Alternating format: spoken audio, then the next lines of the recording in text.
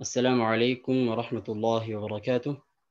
كتاب خينيا خن تجويدا درسي جلقبادا جزئي تكفى متدري صفات حروف جورا صفة وليفالا خيس جرا صفتي وليفالات نتيما رتي أرقمنو أمو صفة شدة رخاوادا في بينيارا جرا جتشو درسي دبرت خيست قرنو صفتنا رتي قيسينيتي توري qubee 29 Arabiyyaa tana qorannoo nuti irra gaggeessinee turre.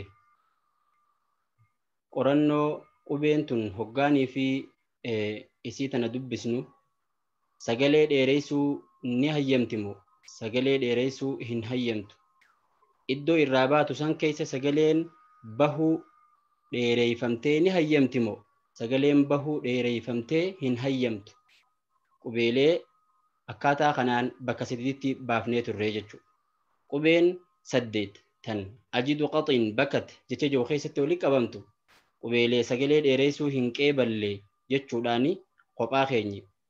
Qubeen ammoo 5 tan jecha lin Umar jiru keessatti walitti qabamtu sagalee dheereessuu cinaa takka tan hayyamtu jechuudhaani walitti qabanne. Waan kanarraa hafe immoo qubeelee kana malee jiru hundaa'uu sagalee dheereessuu ni hayyamanii hoggaa makharaja keessa dabran sagalee dheereessuu ni hayyamanii jechuudhaani bakka sadeen kanatti baafnee turre jechuudha. Kanarraa qubee 8 san sifa shiddaa ja'amtu qabdi jechuudhaan lafa kaayyenne. Shiddaa jechuunis maal akka tahe dubbannee turre. Yaa'insa sagaleedhaa kan karaan itti cufamuun akka agartee cufamuu sanirraa kan ka'e sagaleen dabruu dhorkuu saniitutu shiddaa ja'amaa jennee dubbannee turre. Qubee shiddaatis akkaatuma saniin sifa isii dura turte tan hamsii fi jahrii cinaa qabuudhaan bakka lamatti baafnee turuun keenya ni yaadatama. Isiinis qubeen 6 shiddaa tan qubee sifa jahrii qabduudha. Qubeen 2 immoo qubee shiddaadhaa tan sifa hamsii qabdu jechuudhaan bakka lamaan kana baafnee laallee turuun keenya ni yaadatama. Arra maalummaa rakhaawaadhaati laallaa jechuudha. Sifa lammaffaa tan walii faallaatirraa eeganii fi shiddaa dubbannee booda faallaan isii rakhaawaa waan taateef rakhaawaa maalummaa isii irra jirraa jechuudha. Rakhaawaadha jechuun maal jechuudha? Hiya aljarayaanu taammu lisawti alharf. Yaa'insa sagaleedhaa guutuu kan qubee harfiidhaa sagalee qubeetiif taheetiitu maal ja'ama rakhaawaa ja'amaa jedhe. Hiya aljarayaanu taam yaa'insa guutuu ta'e waan isa dhorku takka illee hin qabne jechuudha. Lisawti alharfi sagalee qubeetiif kan taheetu maal ja'ama? Yaa'insa guutuu sagalee qubeetiif kan taheetu rakhaawaa ja'ama. Sagalee qubeetamii sagalee qubee rikhwaa qabdu. Cinda muruurihi fil makhraj hoggaanii fi dabaru sagaleen sun makhraja isaa keessa guutuu haala taheen sagalee dabartu saniitiitu maal ja'ama? Rakhaawaa ja'amaa jechuudha. Masalan fakkeenyaaf qubee shiin haa fudhannu ja'a. Qubee shiin hoggaanii fi fudhannu makhraja keessa dabruu akka gaaritti hayyamte jechuudha. Hanga hafuurri sirraa dhumee dhaabbattu takkatti nima dandeesse jechuudha. Oofu hanga inni hanga feete si oofsisuudha dandeenya. Kanaafi aljarayaanu taam lisawti alharfi jeen yaa'insa sagaleedhaa guutuu kan tahe qubee rikhwaa qabduuf jechuudha. Hoggaanii fi isiin iddoo qubeen rikhwaa san irraa baatu keessa dabartu jechuudha. Saniin maal ja'ama? Rakhaawaa yookaan rikhwaa illee ni ja'aniini rikhwaa illee ni ja'aniini rakhaawaa amma irra jirru tana ja'amaa jechuudha. Qubeen tun hoggaanii fi agartee fakkeenyaaf shiin fudhannu wanni qubee rakhaawaadhaa hundinuu akkuma kana saad fudhattuu haa fudhattuu haa fudhattuu daal fudhattuu cufti isiitu hoggaan makhraja sii keessa baatu sagalee dheereessuudha sii hayyamti. Kanaafi qubee rakhaawaa ja'amti. Bu'aan isiidhaa maal akka tahe qorannoo gaggeessu jirru tana laaluuf jiraannaan je'ee ture. Ammallee inshaallah bakka isiitti dheenee laalla. Sagalee dheereessuu qeebaluudhaa fi sagalee dheereessuu qeebaluu diduun quraana keessatti maalii bu'aan isii yookaan quraana keessatti akkaataa kamiin fayyadamuuf jiraanna waan jedhu gaddeemneeti laaluuf jetteenye inshaallah. hoggaa rakhaawaa jechuun hoggaa kana tahu beeyniyyaadha jechuun jidduu rikhwaatii fi shiddaatti kan argamtu sifa beeyniyyaa jennee qubee shaniif kan kanneenee turre san jechuudha. Qubee liin cumaru jettu jidduu shiddaatii fi beeyniyyaa rikhwaa jirtii jennee kan dubbanne sun maalummaa isiidhaati ilaalla. Beeyniyyaa jechuun hiya aljarayaanul juz'iyy lisawtiyya. Yaa'insa sagaleedhaa kanii fi cina takkaatiin maal ja'an beeyniyyaa ja'an jechuudha. في مخرج الحرف البيني هقا دبرتو سجلين إدو قبين بينيا الرابات خيس هقا دبرتو جناتك كان دبرو إسيتيتو بينيا جأما سبب نجناتك كان دبرتو في اسمال ينان بسبب عدم كمال غلقه وان قوتو مخرج نسان هنشوف مني في أكا قبيش الداتي سبب إدو قبين بينيا الرابات سن waan guututti hin cufaminiif jecha sagaleen cinaa takkaan baati. Cinaa takkaan yaa'uu sagalee qubee beeyniyyaa tanaatiitu sifa beeyniyyaa ja'amaa jechuudha. Qubeen beeyniyyaadhaa sifa beeyniyyaa ja'amtu tana wanni qabaatteefis tanaafi jechuudha. Wanni qubee shiddaa keessan seeniiniif waan guutuu makrajni isiin cufaan tahiniifi jenna. Wanni qubee rakhaawaa keessan seeniiniifis waan guututti makrajni isii sagalee guutuu yaa'uu waan hin hayyamneefiif jecha isin beeyniyyaa ja'amtee jechuudha. Qubeen beeyniyyaa shanan beeyniyyaan akka isin itti taate asii gadi ilaalla.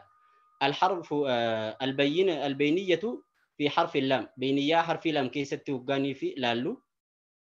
الجريان الجزئي للصوت يعني سجل إذا خشنا تكا عند نطق اللام وقاني في لام دبفم بسبب اعتراض طرف اللسان لخروجه سبب labbaa galuuf jecha fiinti arrabaa hoggaanii fi sagaleen qubee laan baatu waanii fi labbaa itti galuuf yaa'insi sagalee cinaa takka tahuu asitti arkanna. Akkuma arguu jirtu manzarun amaamiyyuun ja'a. Laalcha gama fuulduraa afaan kana gama fuulduraatu kun. Athnaa nutqi harfi laam hoggaanii fi qubeen laam dubbatamu. Akkanatti hoggaanii fi agarru sagaleen jalarraa baatee hoggaa dhufte arrabni karaa itti cufa jechuudha. Karaa silaa laamiin irraa bahu karaa sagaleen laamitti yaa'utu san karaan itti cufa. Kanaaf sagaleen isaan baati tagarii asiin baati tagariitis gama kanaan yaati. Sababaa maaliiti jecha sababaa fiinti arrabaa karaa itti cufeef jecha. Kanaafi guutuu hin ja'aminii jechuudha. Asitti hoggaa laallu sagaleen asirraa deemaa dhuftee hoggaa bakka laamirraa ja'amu tana geesse sababaa fiinti arrabaa karaa itti cufuuf gariin asii yaati gariin achi yaati jechuudha. Al akkana jechuudha. Beeyniyyaa fi harfi irraa beeyniyyaa harfi irraa keessatti hoggaanii fi laallu.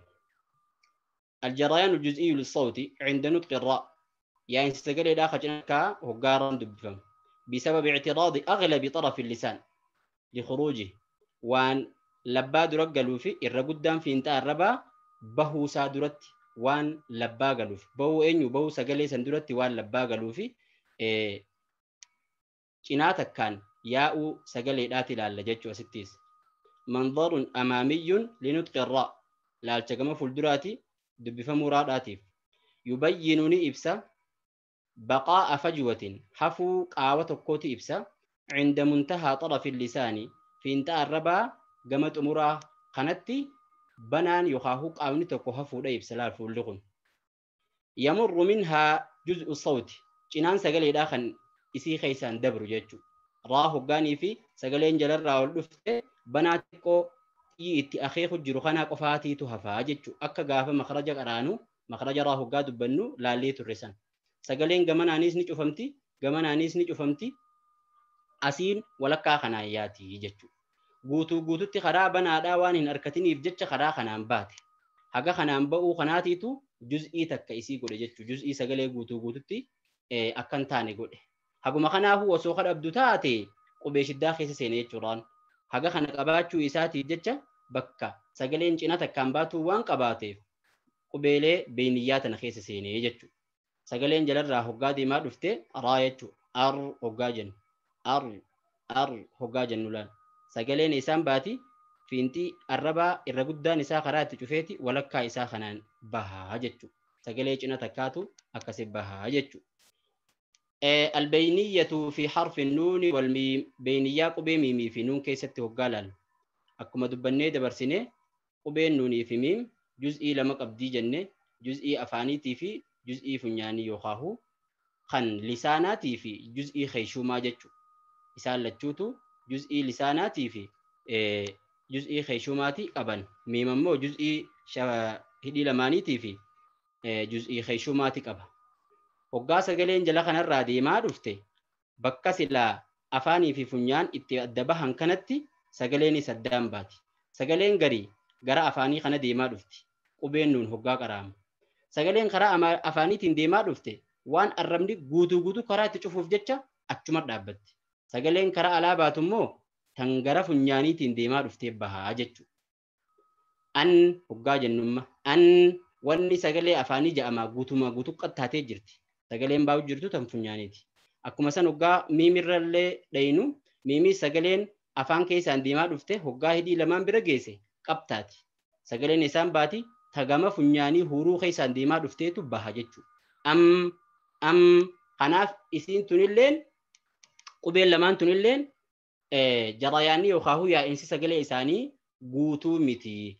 Tan cinaa takkaati waan taateef jecha بينيا خيس قلفمن الجريان الجزئي للصوت يا إن سجل داخل سجلفته عند نطق النون والميم وقانوني في مين دبه بسبب انفتاح الجزء الخيشومي سببا بنمو جزء خيشوما يوخاهو جنا هورو داخل فنيان كيسا سنجتشو جنا غنادا وان سببان سنبنا ميف جتشا وان جنان فنيان كيسا سنبنا ميف جتشا خران سنبنا وان تهيف جتشا سجل نتشيمباتي وانغلاق الجزء الفموي منهما أما اللي شوفمو جزء أفاني إسال لتشوت الراخنته أستيار كجرا جتشو يا إنس سجل داخن صوتي جناتك أكاس مماس أوغاني في نوني في ميمين دبفمو سبب نكاس تيف مالي سببا بنمو جزء خيشوماتي في جنة أكاسما سببا شوفمو جزء أفانيتي في إسال لتشو برتو أنا بجتشا sagaleen cinaa takkaan yaati cinaa takkaan yaa'u kanaaf jecha isiin tun beeniyyaa taate jechuudha beellachuun. Beeniyyaa harfi ayinii keessatti hoggaa laallu waan kana cufaa irraa dubbannee turre akka isiin itti beeniyyaa taate bal'inumaan fakkiidhaa wajjin agarsiisuuf irra deebi'u jira malee jechuudha. Albeeniyatu fi harfi la'ayin beeniyyaa harfi ayinii keessatti hoggaa fudhan ayiniin hoggaa qaraamu eessarraa baha jenne liqimsituu tanjaaniin tanarraa bahaa jenne. يخاوف فلانا الربا خنجانين كان بكا خن الرابها وقا عينين جام لكن ستون تون قم دوبات تجي بتيجن سبب عايزين قم دوبات تجي بتو لك عايزين تجي متنادم تون سجلين شوفمتي قوتك أبمتي قالوا هنقال سلا دور سوجا مسن مال تاتي بنا رجرتي حاجة كوبهوني هيمتي بجت عينيف وسما ديمتو تمو شوف موانس لك تجي أجرتي متنتون قران اتشوف ما ديمو بجتة أيوة مال تبي البلاسات أيه مال جاء الجريان الجزئي للصوت يا إن سجل داخل سجل يا إن سجنات كاخ سجل داتي عند نطق العين وقع عينين دبتم بسبب رجوع لسان المزمار سببا مالي تيجا سببا ديبئو لكمسيتي تناتي وخاهو فلانا الربا خنجنوسا إلى الخلف قام دوبات تيجو أستيكم أرجو جروخنا أزقدسين نوغر سيسلال بك خنت تيجو خنت يكم أغرتن عينين هقاني في جامو أتشي ديبئاتي ديبنتي يجو لكمسيتين تون أتشي متنتي هقاتم هقادو بتمو عينين ججو أكاتا خنت تيجا بينيان قبي شنني argamti qubeen shanan tunillee akkaataa kanatti beeniyyaa keessa galti jechuudha. Ayyee akka waliigalaatti sifa cufaahu maalummaa isiidhaa dubbanne sifa shiddaatis akkasuma sifa riqwaatis akkasuma sifa beeniyyaatis. Qorannoo isii tanaallee akkaataa kamitti qubeen tun beeniyyaa seente qubeen tun riqwaa taate qubeen tun shiddaa taates addaan laallee jirra. Bu'aan nuti qur'aana keessatti irraa argachuuf jiraannu maali? akkaataa kamitti immoo quraana keessatti itti fayyadamuuf teenya namni quraana keessatti hoo akkaataa kamitti isitan addaan eeggata waan jedhu inshallah darsii fuulduraa keessatti ilaalla kanaaf kan arraan tanaa asumarratti raawwannaa يا ربي فدي إن شاء الله درسيتي أنتو تناولين أكسمتي والفرشة ديمتي وانتهف درسيتي أنتو خيس بالنان الله لتها الراس من رب الله وصلى اللهم وسلم على نبينا محمد وعلى آله وأصحابه وسلم. السلام عليكم ورحمة الله وبركاته.